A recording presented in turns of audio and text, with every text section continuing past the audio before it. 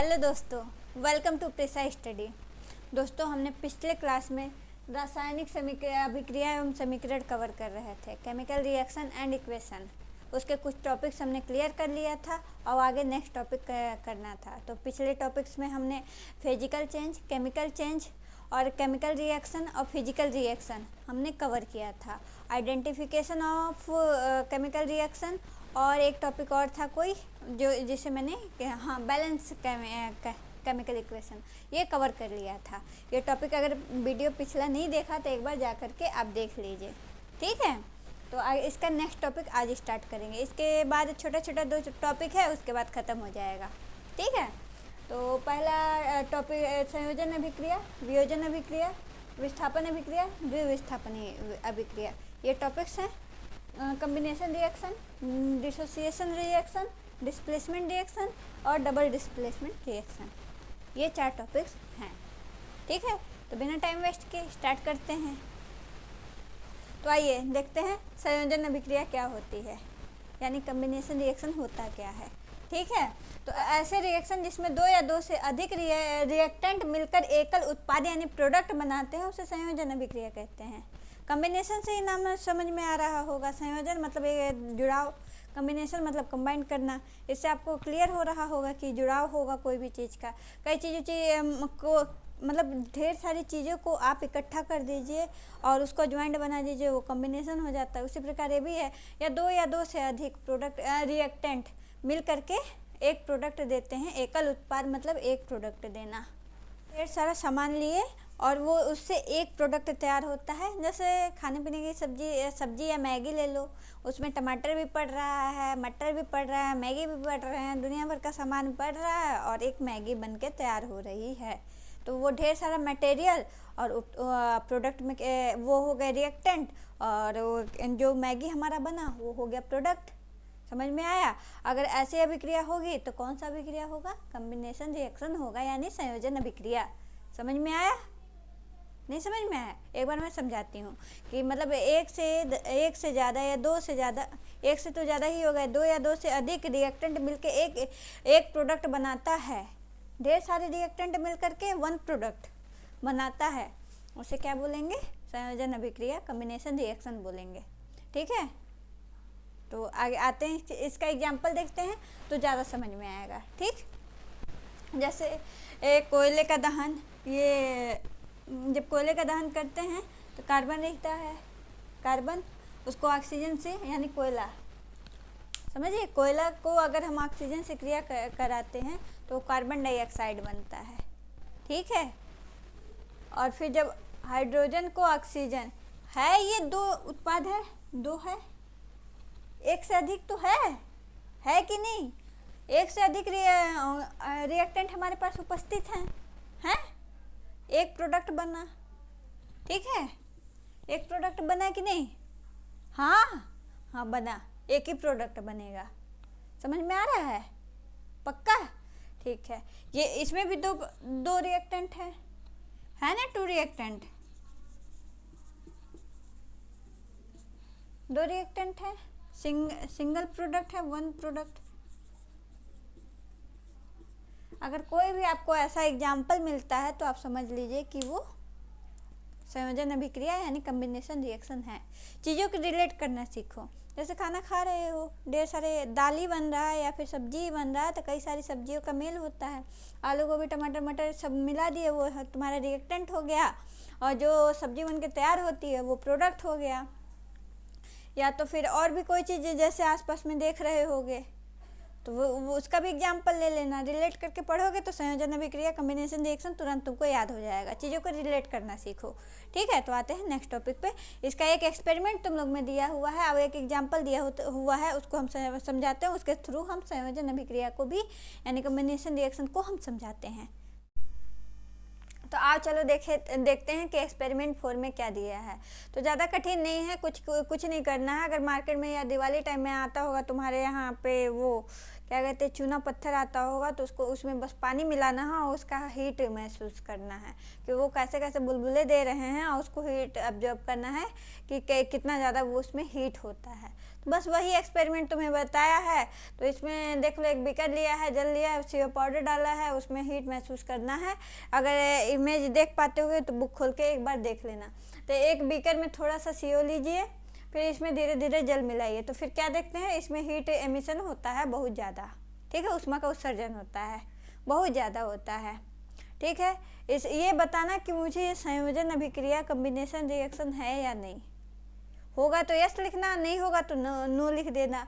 और अगर है तो कैसे है, ये संयोजन अभिक्रिया है, कैसे है, क्योंकि इसमें एकल ही उत्पाद बन रहा है भैया। इसमें देखो केवल हीट तो तुम महसूस करोगे ना, हीट महसूस करोगे तो ये एकल अभिक्रिया बनता है, तो ये संयोजन अभिक्रिया है। तो संयोजन अभिक्रिया कैसे मिलता है, तो कैल्शियम ऑक्साइड, याद देख रहे हैं, कैल्शियम ऑक्साइड है ये। याद रखना कि ये सब जो छोटा छोटा मैं फार्मूला ये सब बताती हूँ। कैल्शियम हाइड्रोक्साइड क्या होता है, कैल्शियम ऑक्साइड किसे कहते हैं, चूना के पत्थर को कैल्शियम ऑक्साइड कहते हैं। कैल्शियम हाइड्रोक्साइड बुझे हुए चूने को कहते हैं जिससे सफ़ेदी किया जाता है, ये एक जलीय विलीन के फॉर्म में होता है। ये सब याद रखना क्योंकि ये सब छोटे छोटे क्वेश्चन पूछे जाते हैं MQC में। ठीक है, तो इससे H2O से क्रिया कराते हो तो कैल्शियम हाइड्रोक्साइड यानी बुझा हुआ चूना मिलता है। ठीक है, और फिर हीट महसूस होता है। तो ये देखो सॉलिड है, ये लिक्विड है, वो जलीय विलयन है। ठीक है, समझ में आया, 100% आया समझ में कि क्रिया करा है। कैल्शियम ऑक्सीजन तुम्हारा एक्सपेरिमेंट कर रहा है कि बुझे हुए चूने का मतलब अरे चूना पत्थर का आप पाउडर लीजिए, उसमें जल मिलाइए और उसमें से बुझा हुआ चूना का हीट महसूस कीजिए जब डाल रहे हो। तो फिर देखो एक, हाँ याद रखना कि इसमें हीट जो मिलेगा, ये जब सफ़ेदी इससे किया जाता है तब वो कार्बन डाइऑक्साइड का धीमा मतलब अभिक्रिया से वो 1-2-3 दिन में एक लेयर में बना लेता है, जिससे कि घरों में चमक आ जाता है। समझ में आया कि कार्बन डाइऑक्साइड से CaOH यानी बुझा हुआ चूना क्रिया करता है, वो एक पतला परत बना लेता है और बाद में वो चमक देता है, जिससे घरें बहुत अच्छी लगती हैं। ठीक है, तो क्रिया कराओ। जैसे कैल्शियम कार्बोनेट कैल्शियम हाइड्रोक्साइड है, ठीक है, CaOH का होल ट्वाइस, समझे। देख रहे हो ये 2 है तो ट्वाइस बोले, और 3 रहता तो थ्राइस बोलते हैं। याद रखना कि अगर ट्वाइस है CaOH का होल ट्वाइस 2 और थ्राइस 3, याद रखना इस बात को। तो CaOH का जलीय विलयन प्लस कार्बन डाइऑक्साइड जब क्रिया करता है तो कैल्शियम कार्बोनेट, ठीक है, कैल्शियम कार्बोनेट चूना पत्थर बनेगा और फिर H2O बनता है, जल बनता है, समझे। और एक बात याद रखना कि ये फार्मूला चूना पत्थर के साथ साथ उसका भी है, क्या कहते हैं, संगमरमर यार अंग्रेजी हिंदी खराब हो रहा है, संगमरमर याद रखना ना। क्या याद रखोगे, इसका formula CaCO3 calcium oxide, calcium carbonate और कैल्शियम हाइड्रोक्साइड, याद रखना। ठीक है, समझ में आया। और ये फार्मूला केवल कैल्शियम कार्बोनेट का ही नहीं और ये संगमरमर का भी होता है। ठीक है ना, समझ में आया। अगर तुम लोग के एग्जाम में आता है कि क्या होता है जब कैल्शियम ऑक्साइड से जल का क्रिया कराते हैं, ऐसे करके अगर क्वेश्चन आता है तो तुमको लिखना होगा, ये लिख देना कि थोड़ा धीरे धीरे हीट का एमिशन होता है। तो रिजल्ट में या निष्कर्ष में लिखोगे कि CO जल के साथ तीव्रता से अभिक्रिया करके बुझे हुए पानी यानी कैल्शियम हाइड्रोक्साइड बनाता है और उसका निर्माण करके भारी मात्रा में ऊष्मा उत्सर्जित एमिशन करता है। ठीक है, ये निष्कर्ष होगा तुम्हारा। और उसके बाद आते हैं नेक्स्ट टॉपिक, इसी में एक रिएक्शन है उसको हम बताते हैं। तो अब हम पढ़ेंगे एक्सोथर्मिक रिएक्शन। एक्सोथर्मिक रिएक्शन क्या होता है, ऊष्माक्षेपी अभिक्रिया। क्षेपी मतलब नहीं समझ में आया, जो हीट का एमिशन करे। अभी संयोजन कॉम्बिनेशन में रिएक्शन पढ़ाएं, संयोजन अभिक्रिया पढ़ाएं, उसमें भी हीट एमिट कर रहा था, उत्सर्जित कर रहा था, तो समझ में आया। तो इसी से रिलेटेड है। तो ऊष्माक्षेपी मतलब एक्सोथर्मिक रिएक्शन, इसमें हीट कैसे वो क्या कहते हैं, हीट इसमें भी देता है, एमिट करता है। तो उस हिसाब से जिन अभिक्रियाओं में प्रोडक्ट यानी उत्पाद के निर्माण के साथ साथ हीट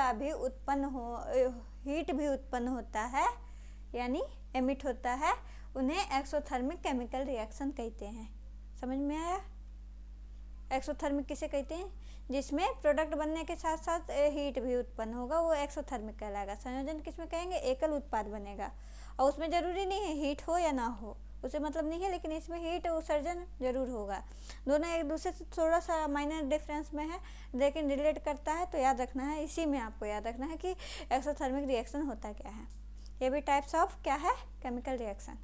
ठीक है, तो ये जब हम इसे मेथेन बोलते हैं, CH4 को मेथेन बोलते हैं, और मेथेन को मार्स गैस भी कहते हैं, मार्स गैस। याद रखिएगा। और ये छोटी छोटी चीज़ें जो हम बताते हैं उसको कॉपी में नोट डाउन कर रहिएगा। जैसे छोटी छोटी चीज़ बताते हैं, ये सब पूछा जाता है, वो सब याद रहेगा माइंड में, तो रिएक्शन बनाने में आसानी होगा। तो इसलिए छोटी छोटी चीज़ें याद करना चाहता है। जब ये इसको प्राकृतिक गैस भी कहते हैं, मेथेन को प्राकृतिक गैस भी कहते हैं, और CH4 को मेथेन कहते हैं, और मेथेन को मार्स गैस भी कहते हैं। प्राकृतिक गैस, मेथेन गैस और मार्स गैस, याद रखिएगा। ये तीनों कहते हैं। उसको ऑक्सीजन से जब क्रिया कराते हैं तो इसमें कार्बन डाइऑक्साइड और इसमें जल और ऊर्जा मिलता है, यानी हीट मिला। मेरा डिफिनीशन क्या कह रहा है? हीट मांग रहा है। उसमें एकल प्रोडक्ट मांग रहा था, जो पिछले वाले अभिक्रिया में मैंने पढ़ाया था। उसमें क्या कहते हैं, जब कोयला का ऑक्सीजन से हम क्रिया कराए थे तो कार्बन डाइऑक्साइड मिला था ना भाई, तो एक प्रोडक्ट मिला था। और इसमें हमारा हीट मांग रहा है। प्रोडक्ट से मतलब नहीं है, ये दोनों से मतलब नहीं है, इसमें हीट बोल रहा है।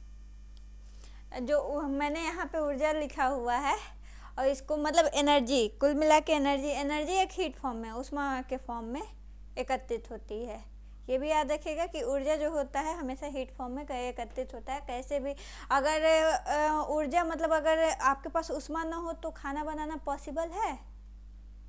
अगर सूर्य की किरणें ना आए तो खाना कभी, या पशु पक्षी का या पौधों का या मनुष्य का खाना बनना पॉसिबल है? नहीं पॉसिबल है। इसलिए जब भी ऊर्जा में लिखूँ तो समझ लीजिएगा ऊष्मा से रिलेट कर रहा है, क्योंकि एनर्जी का जो सोर्स होता है वो ऊष्मा होता है।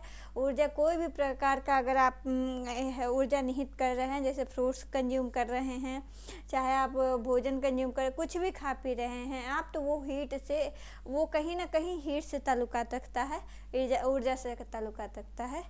तो याद रखिएगा कि ऊर्जा लिखूँ तो हीट समझिएगा, नहीं तो हीट भी समझ सकते हैं आप, कोई दिक्कत नहीं है। तो समझ में आया ये रिएक्शन एक्सोथर्मिक क्या होता है? तो एक बार रिवाइज करा देते हैं कि एक्सोथर्मिक वो रिएक्शन होता है जिसमें उस हीट का उत्सर्जन एमिशन होता रहता है, तो उसे हम क्या कहेंगे? उसमें क्षेपीय अभिक्रिया कहेंगे या फिर एक्सोथर्मिक रिएक्शन कहेंगे। तो एक एग्जांपल मैंने बता दिया है कि प्राकृतिक गैस का दहन क्या, अगर हम मार्स गैस को ऑक्सीजन से क्रिया कराते हैं तो हमको कार्बन डाइऑक्साइड और जल और उसके अलावा भी जो मिलेगा वो मिलता है ऊर्जा। इसके पहले भी मैंने संयोजन अभिक्रिया में जब कार्बन और प्लस ऑक्सीजन से क्रिया कराया था, कार्बन डाइऑक्साइड मिला था, लेकिन उसमें हीट नहीं मिला था। ठीक है, तो उससे पहले वाले में जब हमने CaO से कराया था, कैल्शियम ऑक्साइड से क्रिया कराया था जल का, तब हमें ऊर्जा भी मिला था, मतलब हीट भी मिला था, और हमें कैल्शियम हाइड्रोक्साइड बुझा हुआ चूना भी मिला था।